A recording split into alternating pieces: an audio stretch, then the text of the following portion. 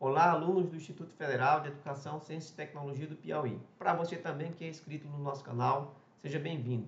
Eu sou o professor José Rajumar. Estamos aqui com mais um vídeo da nossa disciplina de Química Analítica Qualitativa. No vídeo passado, nós falamos da relação entre a constante de concentração e a constante de pressão. Hoje, nós vamos avançar, na verdade, nessa temática, falando sobre a constante de ionização da água, conhecida também como kW, e sobre as constantes ácida e constante básica, que serão fundamentais para o entendimento da constante de hidrólise e da constante do produto de solubilidade, que no caso aí é a constante KH e o KPS. Bom, então vamos aqui mudar aqui a nossa cena para o nosso slide e retomar aqui o nosso raciocínio. O que é que nós conversamos na última aula, né? Nós falamos sobre os ambientes moleculares, onde nós vimos o Kc e o Kp, que é a constante de pressão, como essas duas constantes se relacionam. E hoje nós vamos falar aqui sobre o ambiente aquoso, no caso, iniciando com a expressão que representa a ionização da água. Aqui nós temos uma representação simplificada em que a água, tá certo? Em que a água sofre ionização formando H+ e OH-. Aí você pode me perguntar assim, professor, mas como é que isso realmente acontece, né? Então vamos aqui retomar, digamos assim, né, uma pequena explicação, tá certo? Uma pequena explicação para poder entendermos melhor o que acontece. No ambiente reacional você tem ali uma molécula de água, H2O, que você pode representar de uma forma mais diferenciada, né? Onde você vai representar aqui HOH, que é o H2O, e você tem ali dois pares de elétrons não ligantes, tá bom? Bom, obviamente, um ambiente puro vai ter apenas moléculas de H2O. E vamos considerar que uma molécula de H2O vai colidir com uma certa energia cinética em outra molécula de H2O. Energia essa que vai ser suficiente para romper a ligação. Vamos dizer que essa molécula sofra uma quebra, certo? A colisão gera quebra. Quebra dessa ligação, e essa quebra vai ser o que a gente chama de quebra heterolítica. Lá na ligação química, o par de elétrons vai ficar com oxigênio, e aqui vai sair essa espécie química que é um H+, ok? Vai formar um cátion. Por consequência, o que sobrou da molécula vai ser chamada de ânion, e vai ser justamente o OH-. No ambiente reacional, esse H+, ele vai juntar-se aqui com essa molécula de água, formando uma espécie conhecida como hidrozônio, que é o H3O+, certo? Lembre-se que aqui tem esses pares de elétrons não ligantes, não é isso? E eles vão servir aqui de ligação dativa para esse H+, e aí ele vai estar conectado aqui, um par de elétrons sobrando, e aí vai formar essa espécie química carregada, que é o H3O+. Você vai ver isso aí em muitos livros, tá bom? Bom, para nós, na nossa equação, para simplificar essa escrita, o H2O simplesmente vai se transformar em H+, que é aquele H+ que saiu da molécula, mais o OH-, ok? E, obviamente, essas duas espécies podem se juntar novamente formando H2O. E aí você estabelece ali um equilíbrio, tá bom? Entre a forma iônica e a forma molecular. É justamente nesse equilíbrio aí, pessoal, que se estabelece a expressão da constante de equilíbrio, tá bom? Então, a gente vai voltar aqui para o nosso slide, só aqui organizar, para que você entenda como é que nós vamos utilizar esta equação, tá bom? Esta equação química que eu acabei de representar, para descrever a expressão da constante de equilíbrio. Pronto, a gente volta para cá, vamos pegar aqui a forma simplificada e dizer o seguinte, que a constante de concentração vai ser o quê? Concentração do H+,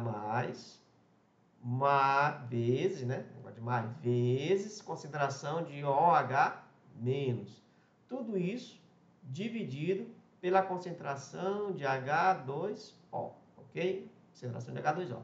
Essa é a expressão, certo? Essa é a expressão da constante de concentração do processo de ionização da água. Um detalhe importante é que a quantidade de moléculas que vai sofrer ionização é muito baixo.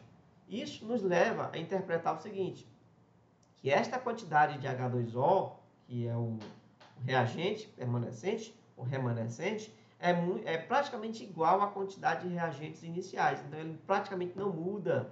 Então, nós podemos dizer que a concentração da água é constante. Ora, então nós podemos rearranjar esta equação dizendo o seguinte, constante de concentração vezes concentração de H2O é igual a concentração de H+, ok? Concentração de H+, vezes concentração de OH-. E aí, sabendo-se que uma constante que multiplica outra constante, vira uma terceira constante, que aí nós vamos chamar essa constante de Kw, que é justamente a expressão, a constante, que representa o equilíbrio iônico da água, beleza? Então, nós temos que o Kw é igual a concentração de H+, vezes concentração de OH-. Tranquilidade, pessoal, até aí? Bom, então, com aquela expressão a gente chega, com esse raciocínio, na verdade, a gente chega aqui na expressão da constante iônica da água, que é o Kw, igual a concentração de H+, concentração de OH-. Você vai guardar essa informação, ela vai ser muito útil quando nós estivermos falando sobre a hidrólise dos sais, tá bom? Sobre a hidrólise dos sais. Então, você guarda essa informação. Agora que nós falamos sobre a constante de hidrólise, na verdade, constante de ionização da água, ou constante iônica da água, nós podemos falar de outra espécie química que também sofre o mesmo tipo de processo ou de fenômeno químico, né? Que são os ácidos, beleza? Então, a gente volta aqui para o nosso slide, e aí nós vamos ter esse exemplo aqui, que eu peguei para vocês, que é do ácido. O ácido também sofre uma ionização, ele é um composto molecular e vai sofrer uma quebra heterolítica formando cátions e ânions. Então, a gente não precisa desenvolver o mesmo raciocínio, mas sim pegar aqui, então, essa constante, né, de concentração ácida, que a gente vai simplesmente chamar de Ka, constante ácida, ela vai ser a concentração de H+, ok? Concentração de H+, vezes concentração de Cn-, sobre a concentração, deixa eu só melhorar aqui essa escrita aqui, né? A concentração de HCl. Bom, aqui vale uma ressalva, né? Nós podemos dizer o seguinte, se o ácido for forte, então essa concentração de HCl vai ser muito pequena, ok? Se o ácido for fraco, a concentração de HCl vai ser muito grande. Isso nos leva a entender que a concentração de HCl ela não pode ser considerada uma constante, porque ela tem variações dependendo aí da diluição, não é isso? E da quantidade de material que você tem ali. Então, a gente não vai poder fazer aquele mesmo argumento, pegar a concentração de HCl e juntar com a constante ácido para formar uma nova constante. Bom, sendo assim, nós voltamos aqui para o nosso slide, e aí nós temos a expressão da constante ácida como sendo a concentração dos produtos dividida pela concentração dos reagentes. E esses valores de produto e de reagente podem ser facilmente calculados dependendo ali do alfa, que é o coeficiente de ionização. Nessa mesma pegada, a gente também vai para os hidróxidos, ok? Então, os hidróxidos eles vão sofrer ali uma dissociação, considerando que são compostos iônicos, e a lógica vai ser sempre a mesma. Agora, tem uma constante concentração básica, que a gente vai chamar de Kb, e ele vai ser justamente a concentração de NH4+, vezes concentração de OH- sobre concentração de NH4OH. Ok? Pronto. É muito simples. Então, você tem aí a representação dessas três constantes. Constante de ionização da água, que é o Kw, constante de ionização dos ácidos, que é o Ka, e a constante de ionização ou de dissociação, no caso, das bases, que é o Kb. Essas três constantes, Kw, Ka e Kb, elas vão ser interessantes, vão ser bem utilizadas lá no processo de hidrólise dos sais, que nós vamos ver no próximo vídeo, tá bom? Então, esse videozinho aqui, ele vai ser curtinho, porque a ideia é só mostrar mesmo como chegar nessas expressões e fazer algumas aplicações rápidas. A gente vai resolver aqui algumas questões na sequência, utilizando a sua constante ácida, constante básica e combinações entre elas, tá bom? Mas isso aí vai ficar só na sequência.